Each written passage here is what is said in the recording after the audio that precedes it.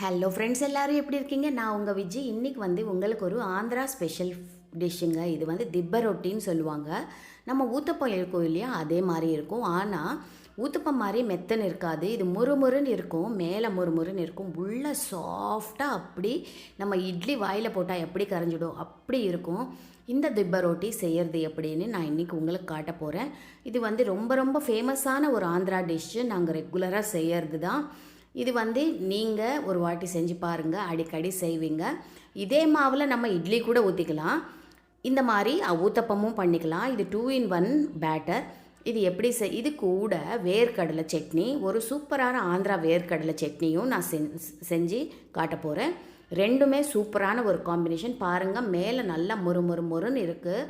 அதே மாதிரி நம்ம உடச்சி பார்த்தோன்னா சூப்பராக சாஃப்டாக உள்ள நல்லா வெந்து அந்த இது டெக்ஸ்சர் பாருங்கள், சூப்பராக இருக்கும். இந்த மாதிரி ஒரு 2 in 1 பேட்டர். இது இட்லிக்கும் இது பண்ணிக்கலாம், ஊத்தப்பமும் செய்யலாம். இது எப்படி செய்கிறதுன்னு நான் காட்ட போகிறேன். ஃபஸ்ட் டைம் என் சேனல் பார்க்குறீங்கன்னா கண்டிப்பாக என் சேனலுக்கு சப்ஸ்கிரைப் பண்ண மட்டும் மறக்காதீங்க, லைக் மட்டும் பண்ண மறக்காதீங்க, ஷேர் பண்ணுங்கள். இப்போது ஒரு பவுல் எடுத்துகிட்டு 1 கப்பு உளுத்தம் பருப்பு. நம்ம எத்தனை பேர் வீட்டில் இருக்கோம் அதுக்கு தகுந்த மாதிரி நம்ம பருப்பு எடுத்துக்கணும். நாங்கள் 4 பேர்னால 1 கப்பு உளுத்தம் பருப்பு எடுத்தோம். நல்லா 2-3 வாட்டி கழுவிட்டு இந்த உளுத்தம் பருப்பு ஊற வைக்கணும். ஒரு 4 மணி நேரம் ஊற வைக்கணும். இப்போது இன்னொரு பவுலில் இட்லி ரவான்னு கிடைக்கும், இல்லைன்னா நம்ம அரிசி ரவை இருக்கும் இல்லையா, நார்மல் அரிசி ரவை, அந்த ரவை கூட எடுத்துக்கலாம். நம்ம புட்டுக்கு அதுக்கெல்லாம் யூஸ் பண்ணுவோம். கொஞ்சம் குறைன்னு இருக்கும் இல்லையா, அந்த ரவை. இது ஒரு 2.5 கப்பு. எந்த கப்பில் நம்ம உளுத்தம் பருப்பு எடுத்தோமோ அதே கப்பில் 2.5 கப்பு ரவை. இட்லி ரவை தான் ரொம்ப நல்லாயிருக்கும். இட்லி ரவை என்னென்னா ரொம்ப மெலிசாக இருக்கும். இதுவும் அரிசி ரவை தான், பட் இதுக்கு ரொம்ப மெலிசாக இருக்கும். அதனால் நம்ம ஊத்தப்பம் இட்லி செய்யும்போது சூப்பராக இருக்கும். இது 2.5 கப் எடுத்திருக்கேன். நீங்கள் வேணும்னா அரிசி ரவை, நம்ம நார்மலாக வீட்டில் ரவை வச்சுருக்கோம் இல்லையா, அரிசி ரவை அது வச்சுக்கலாம். சூஜி ரவை வேண்டாம், அரிசி ரவை இல்லைன்னா இட்லி ரவை வச்சுக்கலாம். இது 2.5 கப்பு. இந்த மாதிரி மெலிசாக நல்லாயிருக்கும் இந்த ரவை. இது வாங்கி நம்ம யூஸ் பண்ணிக்கலாம். இப்போ இந்த ரவை என்ன பண்ணணும்னா 2-3 வாட்டி கழுவிட்டு இது ஒரு 4 மணி நேரம் ஊற வைக்கணும். பாருங்கள், நல்லா கழுவிட்டு இது மாதிரி ஒரு 4 மணி நேரம் ஊற வைக்கணும். இப்போது நம்ம 4 மணி நேரத்துக்கு அப்புறம் உளுந்து நல்லா ஊறிடுச்சு. நம்ம என்ன பண்ணணும்னா உளுந்து மிக்சியில் போட்டு அரைச்சிக்கணும்.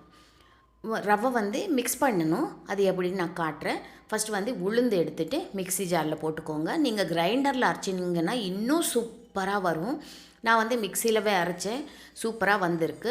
இப்போ நம்ம இந்த மிக்ஸி ஜாரில் உளுத்தம் பருப்பு போட்டுக்கலாம். போட்டுட்டு கொஞ்சோண்டு தண்ணி ஊற்றிட்டு மையாக அரைச்சிக்கணும். நல்லா சாஃப்டாக எந்த இதுவும் இல்லாமல் மையாக நம்ம ஆட்டிக்கணும். இந்த உளுத்தம் பருப்பு நம்மளுக்கு ஒரு 4 மணி நேரம் ஊறினா போதும், ரொம்ப நேரம் எல்லாம் ஊறணும்னு இல்லை. இப்போ நம்ம தண்ணி ஊற்றிட்டு அரைச்சிடலாம். அரைச்சதுக்கப்புறம் இது பாருங்கள், இப்படி இருக்கும் கன்சிஸ்டன்சி. நல்லா சாஃப்டாக நல்லா மை மாதிரி நான் அரைச்சிருக்கேன். இப்போது பாருங்கள், எதுவுமே இது இல்லாமல் நல்லா சாஃப்டாக அரைச்சிருக்கேன். இது ஒரு கிண்ணத்தில் நம்ம இது அரிசி ரவை ஊற வச்சுருக்கோம் இல்லையா, அது என்ன பண்ணணும்னா நல்லா இந்த மாதிரி ரவை புழிஞ்சிடணும். இல்லைன்னா ஒரு துணி எடுத்துக்கோங்க, ஒரு மெலிசான காட்டன் துணி எடுத்துகிட்டு இந்த ரவை எல்லாம் அதில் தண்ணியோடு ஊற்றிட்டிங்கன்னா அந்த ரவை மேலே அந்த துணி மேலே அப்படியே இருக்கும் இல்லையா, அதுலேருந்து தண்ணி எல்லாம் புழிஞ்சிட்டு, தண்ணியே சுத்தமாக இருக்கக்கூடாது, அந்த மாதிரி நல்லா புழிஞ்சிட்டு இந்த மிக்ஸி ஜாரில் போட்டுருங்க. எல்லா ரவையும் நல்லா தண்ணி எடுத்துகிட்டு இந்த மிக்ஸி ஜாரில் போட்டுருங்க. அப்புறமா ருசிக்கேற்ப உப்பு போட்டுக்கோங்க. உப்பு என்னென்னா நம்ம இப்போவே போட்டுடுறோம். போட்டுட்டு ஒரே ஒரு சுற்று மிக்ஸி ஜாரில் திருப்பி மிக்ஸியில் ஒரே ஒரு சுற்றிட்டிங்கன்னா இந்த ரவை இந்த உப்பு நல்லா கலந்துடும். இப்போ பார்த்திங்கன்னா சூப்பராக இந்த மாவு ரெடி ஆயிடுச்சு. கன்சிஸ்டன்சி பார்த்துக்கோங்க, இந்த மாதிரி கன்சிஸ்டன்சியில் இருக்கணும். இது நம்ம ஒரு 6 மணி நேரம் அப்படியே விட்டுறணும். இது நல்லா பொங்கி வரும். இப்போ பாருங்கள், நான் காட்டுறேன். இந்த மாதிரி நல்லா மேலே பொங்கி வந்துடுச்சு. இப்போ பார்த்திங்கன்னா அந்த கன்சிஸ்டன்சி பாருங்கள், சூப்பராக இருக்குது. இப்போது இது இட்லி ஊற்றினோன்னா செம்மையாக ஒரு மல்லிகைப்பூ இட்லி மாதிரி இருக்கும். நம்ம இட்லி தட்டில் எப்படி இட்லி ஊற்றுவோம், நெய்யோ எண்ணெயோ தடவிட்டு இந்த மாவு ஒரு கரண்டியும் ஊற்றிட்டு ஒரு 7லேருந்து 10 நிமிஷம் வேக வச்சு எடுத்துட்டிங்கன்னா சூப்பரான ரவா இட்லி ரெடி ஆகிடும்.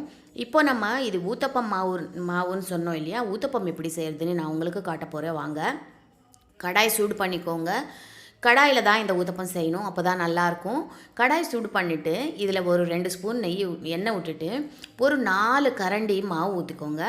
ஊற்றிட்டு இது என்ன பண்ணணும்னா ஒரு 5 நிமிஷம் மூடி போட்டு விட்டுறணும்.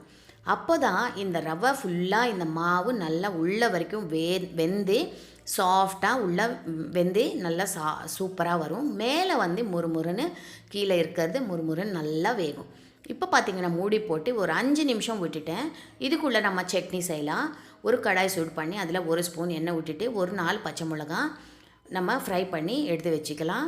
அப்புறமா இதில் நம்ம இது போடுவோம் இல்லையா, மேலே தாளிப்பு போடுறதுக்கு இதிலவே கடுகு, அப்புறம் கருவேப்பிலை, காஞ்ச மிளகா போட்டு தாளிச்சிடலாம். இப்போ இந்த பச்சை மிளகா நல்லா வெந்துடுச்சு. நீங்கள் வேர்க்கடலை சட்னி செய்கிறதுக்கு பச்சை வேர்க்கடலை யூஸ் பண்ணுறீங்கன்னா இப்போது வேர்க்கடலையும் போட்டு நல்லா வதக்கிக்கணும். நான் வந்து ஃப்ரை பண்ண வேர்க்கடலை தான் யூஸ் பண்ணியிருக்கேன், அதனால் நான் இது ஃப்ரை பண்ணல. இப்போ நம்ம தாளிப்பு ரெடி பண்ணிட்டோம். ஒரு மிக்ஸி ஜார் எடுத்துகிட்டு இதில் அந்த பச்சை மிளகா அப்புறமா ஃப்ரை பண்ணி வச்சுருக்கிற வேர்க்கடலை நல்லா ஃப்ரை பண்ணிவிட்டு தோல் எல்லாம் எடுத்துகிட்டு ரெடி பண்ணி வச்சுருக்கேன்.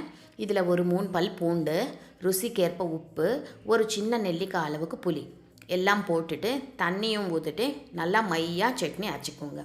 இந்த சட்னி இட்லிக்கும் அப்புறம் ஊத்தப்பம் இந்த மாதிரி ஐட்டம்க்கெல்லாம் செம்மையாக இருக்கும். நீங்கள் ஒரு வாட்டி ட்ரை பண்ணி பாருங்கள், கண்டிப்பாக உங்களுக்கு எல்லாருக்கும் ரொம்ப பிடிக்கும்.